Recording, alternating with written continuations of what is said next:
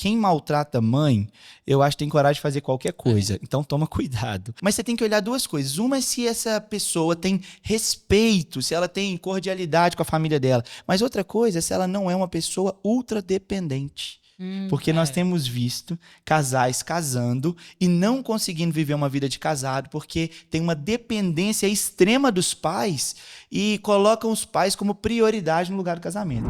Gente, hoje eu cheguei aqui com o amor da minha vida, minha esposa maravilhosa, minha convidada, isso mesmo. E eu acho assim que na verdade quem devia ter um canal do YouTube é ela, gente, porque essa menina é desenrolada demais da conta. Não é igual eu quase morro para fazer um conteúdo Se eu aqui. passar no teste hoje, quem sabe? Quem sabe, isso mesmo, gente. Inclusive, já vou falar, vou fazer uma collab com o seu canal que não tem absolutamente nada, então você pode ir lá no canal dela e se inscrever, viu?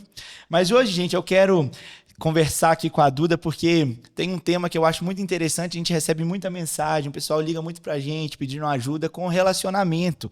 Pessoas que querem casar, pessoas que estão ali namorando, pensando assim, caso ou não caso. Então hoje nós vamos falar aqui sobre como escolher a pessoa certa, como vencer o medo de casar. Nós vamos falar também sobre como que a gente descobre qual que é a hora certa pra gente casar. Chegou a hora de eu casar, então nós vamos falar sobre isso aqui. Mas para início de conversa, para a gente iniciar, eu já quero chegar aqui com os 2 pés na porta.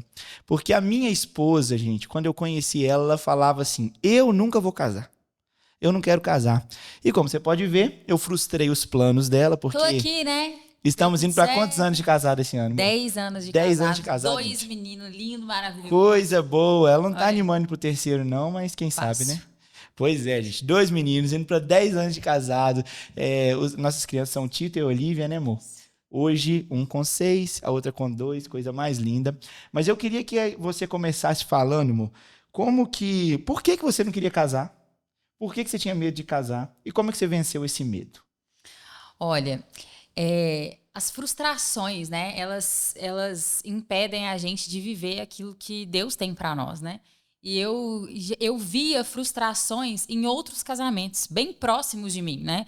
Dentro de casa, via famílias próximas. Era muito comum, assim, ver os pais das minhas amigas, crianças da escola, né? Com os pais separados. Então, para mim, aquilo não fazia muito sentido.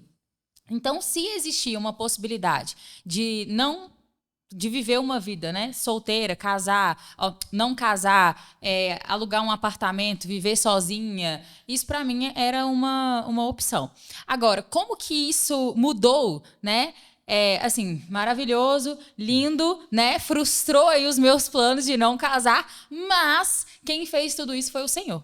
O Senhor trazendo cura e restauração na minha vida, me fazendo enxergar com um novo olhar, né? Aquilo que Ele mesmo construiu, que é o casamento. Então, quando eu enxerguei isso com um novo olhar e vi que o Senhor tinha isso para mim, eu fui curada, fui transformada e aceitei aí esse desafio maravilhoso que é ser casada. Então, vamos lá. Você acha que o seu medo de frustrar no casamento, como você via casamentos frustrados perto de você, você achava... Lógico. Que você poderia se frustrar, claro, e por isso você não queria casar. Óbvio. Então você acha que o medo de frustrar pode estar impedindo algumas pessoas, inclusive, de viver a melhor coisa da vida delas? Com certeza. Porque hoje eu falo que assim, o casamento hoje, pra mim, assim, o que eu observo é que o casamento ficou uma coisa muito instagramável. As pessoas estão gostando de casar, né? Principalmente casais mais novos, para mostrar que são casados. O status casado virou uma coisa assim, que tá na moda, né? Não sei se vocês compartilham dessa mesma opinião. Então, as pessoas, elas trazem muitas bagagens, né? Muitas coisas e frustrações também. E entram num casamento já com o divórcio como uma opção. Então, eu também achava que o divórcio era uma opção. Hoje a gente não fala, sempre, né? Desde quando nós nos casamos, a gente não fala divórcio, a palavra divórcio nem em tom de brincadeira em casa. Tipo assim, vou te largar, desse jeito, se você fizer isso, eu te largo, hein? Você vai me largar, hein? Isso não é uma opção nem de brincadeira. É nem brincadeira lá em casa. Então, eu acredito sim que as frustrações, não só do que a gente vive, mas de observar outros casamentos, outras famílias, isso acaba colocando a gente também, assim, pode ser que eu passe por isso também. Verdade. E aí eu penso que hoje, assim, a gente está apontando os nossos filhos, né, amor? Tanto o Tito quanto a Olivia, para querer casar o quanto antes. Por quê? Porque eles veem dentro de casa um casamento que é satisfatório, um casamento que tem propósito. Ser exemplo, né, para que eles queiram casar, né? Enxerguem o casamento como uma coisa boa. Então, como filhos, a gente precisa, às vezes, romper essas barreiras, mas como pais, a gente precisa incentivar os nossos filhos, né? Sim. Eu fico vendo, amor, que às vezes tem pais que colocam os filhos como a maior prioridade da vida deles.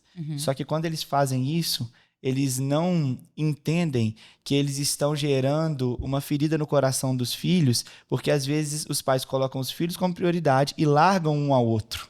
E quando isso acontece, o filho começa a entender que, na verdade, a prioridade não é o marido e a esposa. E lá em casa a gente tem isso muito bem definido, né, amor? Quem é a prioridade? A gente, de fato, a gente ama nossos filhos e... os filhos chegam, a rotina muda, a gente tem que adaptar, mas a prioridade não pode mudar. Apesar de que um filho, ele demanda muito. Isso, com certeza. Mas o tempo todo, isso tem que ser intencional, né? Mostrado de forma intencional para a criança, né? Ou para o adolescente, que a prioridade ali não é ele, sim o cônjuge. Legal demais. Então, eu vou seguir aqui agora para um próximo papo, um papo muito legal. Como saber, gente, olha aqui, como saber que essa pessoa é a pessoa certa para mim? Esse questionamento passa aí na cabeça de muita gente, né? Fala assim, será que eu começo a namorar ou não começo a namorar? Ou depois de namorar, fala assim, será que eu caso ou que eu não caso? Porque a gente começa a ter dúvidas. Será que eu vou... Essa decisão é tão importante, né, gente? A gente fica pensando, como eu vou saber se essa pessoa é a pessoa certa? Então, eu vou trazer aqui alguns pontos que eu acho que podem te ajudar a entender isso. Primeiro, essa pessoa ama Jesus? Essa pessoa já entregou o coração dela para Jesus? Esse é o primeiro ponto, né? Sim. Porque às vezes as pessoas falam assim, não, ele não entregou o coração dele para Jesus, mas ele é melhor que muito crente. Esse argumento é o que a gente mais... Só falta ser crente. Só falta ser crente, mas é melhor que muito crente. E, na verdade, esse não é o princípio da palavra. A palavra vai falar sobre jugo desigual, né? O jugo desigual, não sei se você sabe o que é, depois você pode pesquisar aí, mas é uma ilustração mesmo de uma ferramenta, uma peça que fica entre dois bois. Mas se um boi ele é baixinho, por exemplo, ou se é um outro animal que não seja um boi do lado e o boi seja mais alto, você coloca essa peça e ela fica desajustada. Os dois não conseguem andar juntos. Porque, por exemplo, se for um boi e um cabrito, além de não ter altura, cada um tem um ritmo, cada um tem um passo. Gente, que cultura. Então, eu não sabia que isso significa. Pois é, isso é o jugo desigual, é essa peça, essa ferramenta. Pois é, não se coloque em jugo desigual. E a palavra ela está falando isso, não coloque um crente junto com um descrente. Por quê, gente? Porque a aliança ela precisa ser feita com pessoas que têm o mesmo propósito que você. E quando a gente está falando de propósito, a gente está falando aqui do Senhor como o único e suficiente Salvador seu e também do seu cônjuge, né? Então, esse é o primeiro ponto. E tem uma questão importante nessa pergunta aí, né? De como saber se essa pessoa certa para mim. As pessoas falam muito de ter uma pessoa certa, né? Assim, existe uma pessoa, a metade da laranja. Gente, é só uma pessoa que você vai casar, tá? Não, você vai casar com uma pessoa só. Mas as pessoas falam assim, porque tem uma pessoa certa. É a metade da minha laranja. Predestinada para mim. Na verdade, existem várias pessoas certas, várias pessoas boas para casar, né? Várias pessoas, assim, que amam a Jesus como você ama, né?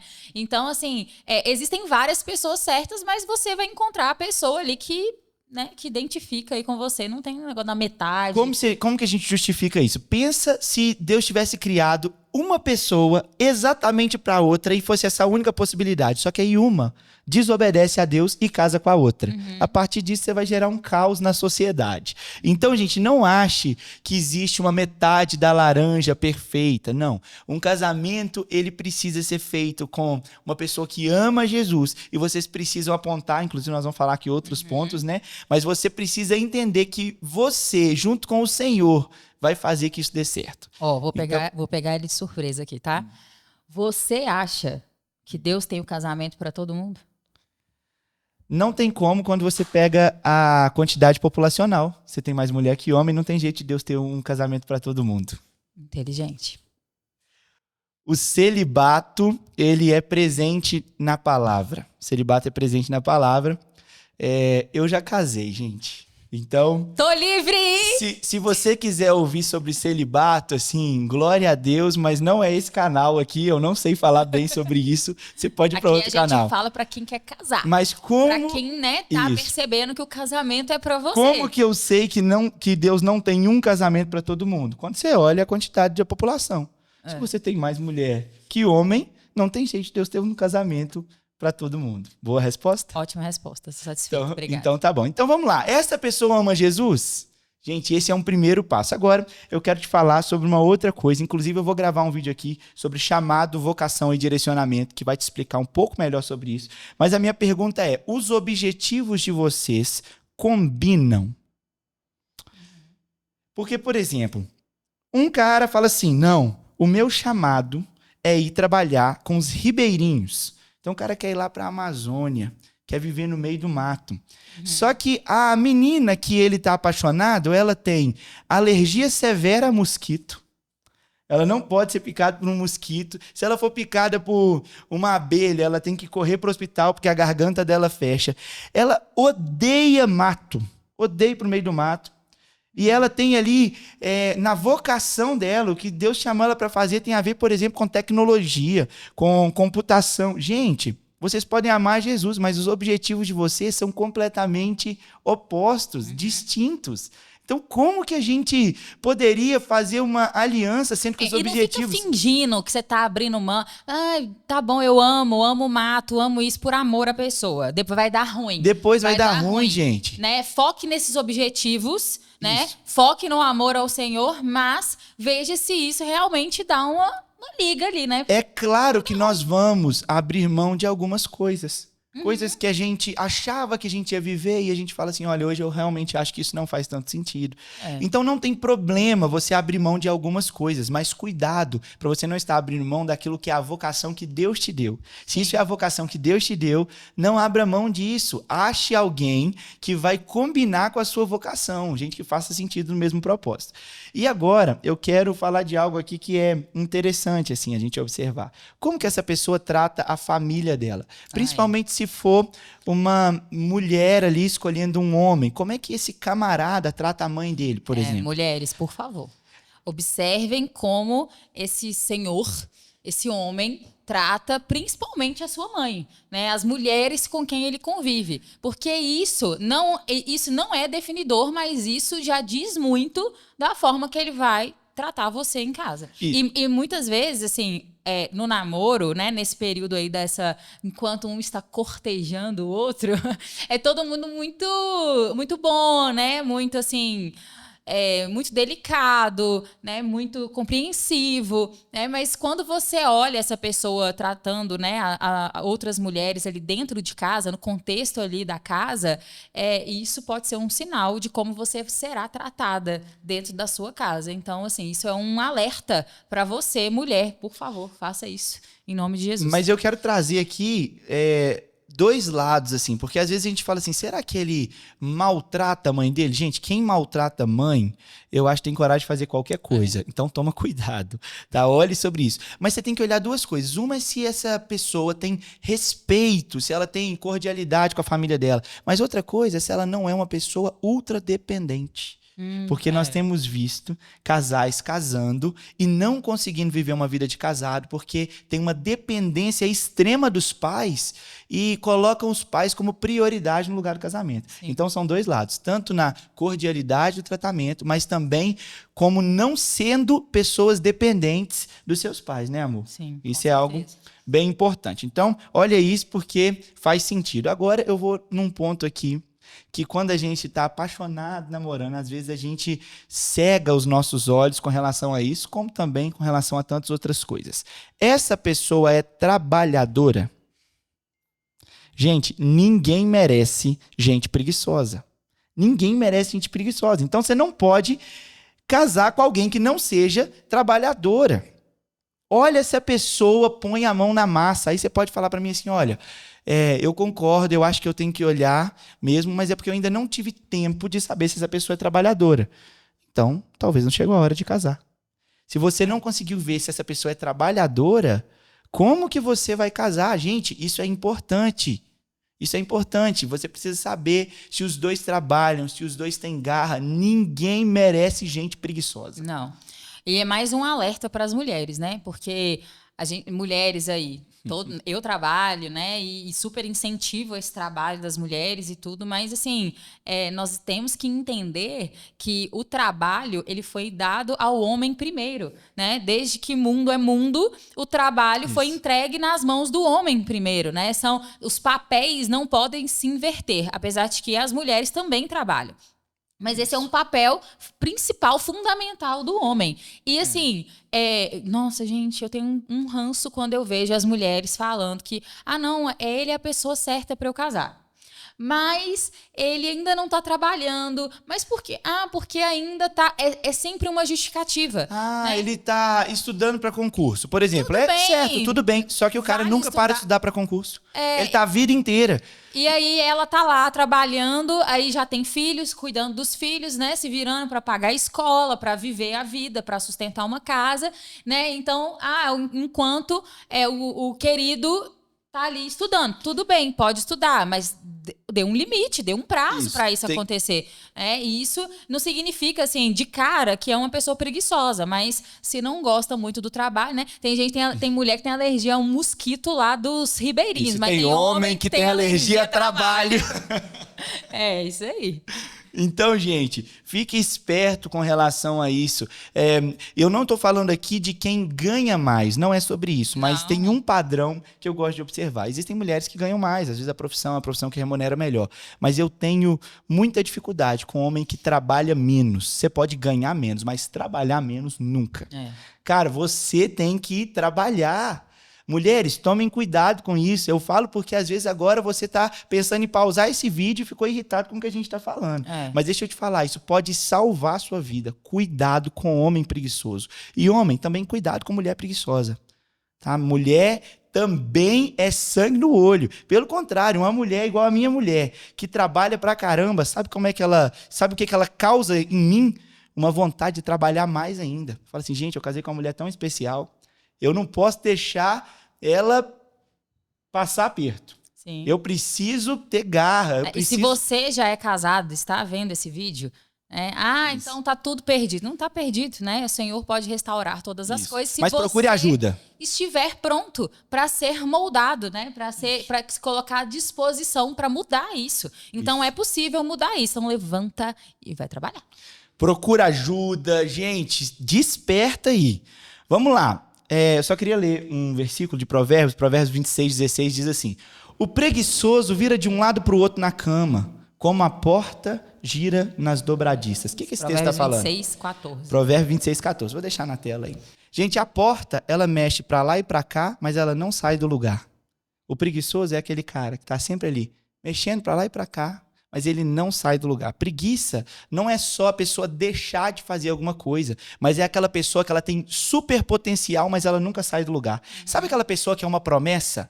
Não, essa pessoa é uma promessa. É uma promessa, mas ela nunca é uma realização.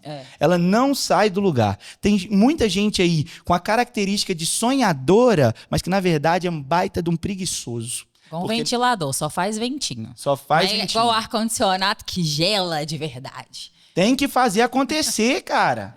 Meu Deus. Sei. Vamos lá. E aí, agora então eu quero passar para um próximo tópico aqui, para a gente encerrar esse bate-papo de hoje, que inclusive gostei demais. Toca aí. Já está convidada. Obrigada pelo convite, muito obrigada. Já está convidada para o próximo. A próxima pergunta é: como saber que chegou a hora de casar? Essa pergunta é uma pergunta que eu tenho recebido muito. Muitas pessoas têm me mandado. Eu achava que a hora de casar... Posso falar? Pode.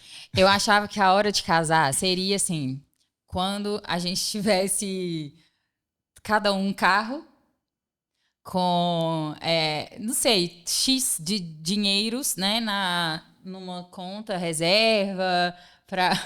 eu não tenho esses X até hoje. Mas, gente... A gente fica colocando várias coisas para ser a hora, né? Mas como saber que chegou a hora certa de casar? Como? O que você acha aí? Gente, eu vou te falar uma coisa. A hora certa de casar é a hora que você tem convicção que aquela é a pessoa certa. Nós falamos sobre aqui agora. É como se fosse assim, um checklist, né? Tem um checklist, se a pessoa tem ali... É claro que a gente também não é irresponsável, né? De casar hoje em dia, casar a gente sem foi um irresponsável centavo. sim, amor. A gente casou, eu ganhava R$1.500 por mês.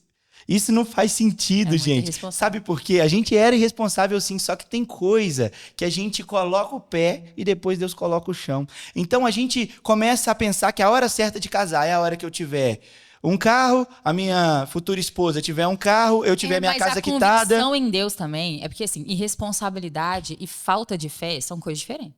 Com certeza. Então, assim, eu fui irresponsável, mas eu tinha fé em que aquilo, porque eu tinha uma convicção em Deus que aquele era o momento que eu estava, assim, pronta, não preparada, a gente já falou sobre isso, né? Uhum. Eu estava pronta. Eu tinha ali uma convicção no Senhor, uma direção de Deus, de que aquele momento era o momento do casamento. Eu não estava tão preparada assim. Né? Até hoje eu não estou tão preparada, né, para muita coisa que a gente vive, que a gente enfrenta, tanto no casamento, agora com a paternidade. Na hora que a gente vê, a gente já está dentro daquilo sem estar preparado ainda. Sem estar preparada. Eu preparo até hoje. Até 10 anos estou aí, até hoje. Mas é uma convicção em Deus também que essa é a hora certa. Gente, a hora de casar não tem a ver com grana. Não tem a ver com imóveis, não tem a ver com carro, não tem a ver com casa na praia, não tem a ver com jet ski na garagem, não tem nada a ver com isso. E pasmem, a hora de casar não tem a ver nem com a hora da aprovação dos seus pais. Não estou falando para você não ouvir conselhos. Você tem que ouvir, você tem que ter conselheiros. Mas, às vezes, os seus pais são pessoas frustradas com o casamento. Idade também, né? Idade, porque as pessoas, assim, estão ali na fase, agora, né? Tá nessa fase aí da onda dos casamentos instagramáveis, 22 anos, 25, né? 26. Então, as pessoas estão casando nessa idade, até 18. Seu irmão casou com 19 anos. Responsabilidade. Como é que sua mãe deixou isso acontecer? Mas a idade, as pessoas estão se pressionando muito por causa da idade. Chega ali nos 30 anos, as pessoas estão surtando. Tipo assim, não casei, não tenho, perdi minha chance. Não tem mais o que fazer. Mas não, às vezes a hora certa ainda não chegou, né? E não precisa ficar preso na idade, né? A hora certa vai chegar. Exatamente, mas o ponto é o seguinte, por que o meu irmão casou? Porque independente da orientação dos meus pais, que na verdade eram de apoio, ele tinha uma convicção que ele tinha encontrado a pessoa certa. Então, não se baseie, porque às vezes tem pessoas frustradas te orientando. A hora certa de casar é a hora que você entendeu que aquela é a pessoa certa. Gente, a gente namora pra casar. Namora pra casar. É pra isso que a gente namora. Então, não fique apegado. Fazendo test drives, por favor. E outra coisa, não, eu tenho que esperar mais, eu tenho que esperar mais, tenho que esperar mais. Eu e a Duda casamos com 22 anos. E, sinceramente, se eu pudesse, tinha casado antes. Eu não casei antes, talvez porque eu não tive a coragem no Senhor de casar antes. Mas se a gente pudesse... Eu não sei se você tinha casado antes comigo. Ia viver de ar. Não, mas a gente casou pra viver de ar. Tô brincando. A gente casou vivendo de ar. Pra Isso, viver de ar. é lógico. O Senhor deu tudo. O Senhor deu tudo. Gente, não se apegue. Se você estiver ganhando um pouquinho, mas você sabe que aquela é a pessoa certa, você pode colocar o pé, que Deus vai colocar o chão. Eu tenho convicção do que eu tô falando. Fica em paz. Não se apegue em grana, não se apegue em aprovação de todo mundo, não se apegue em nada disso. Tenha convicção dos princípios que você precisa ter para que você conheça que aquela é a pessoa e a partir disso você pode casar que vai estar tudo certo. Provérbios 15, 22 diz assim, onde não há conselho, fracassam os projetos. Ou seja, você precisa viver num ambiente de conselho. Mas olha o que ele fala, mas com muitos conselheiros há bom êxito. É engraçado que ele não fala com muitos conselhos há bom êxito. Mas ele fala com muitos conselheiros, porque o que o Senhor nos instrui é a ser cercado de pessoas que nos ajudam. Porque se você só tem uma pessoa te cercando, às vezes essa pessoa tem uma frustração nessa área e ela está te falando baseado na experiência da frustração dela. Mas nós precisamos viver com muitas pessoas ao nosso redor, porque essas pessoas elas nos ajudam, nos impulsionam, e eu tenho certeza que você vai perder o medo de casar, que você vai casar com a pessoa certa e que você vai casar na hora certa. Não tenha medo de casar. Você nunca vai estar preparado, mas você precisa estar pronto. Isso aí, consagre seus planos ao Senhor. Faz esse favor para nós. Eu tenho certeza que seu casamento será uma bênção. Vai ser uma bênção, glória a Deus, assim como tem sido o nosso. Muito obrigado, Amém. dá um beijinho. Gente, se você não se inscreveu nesse canal, inscreve aqui embaixo, pelo amor de Deus, não deixa a gente. E se você gostou desse conteúdo, eu quero te pedir para você comentar aqui embaixo. Fala assim, eu gostei, eu queria que a gente falasse mais sobre isso. Me sugira temas aí. Aqui embaixo também eu vou deixar o nosso Instagram para você nos acompanhar por lá. Tamo junto, que Jesus te abençoe.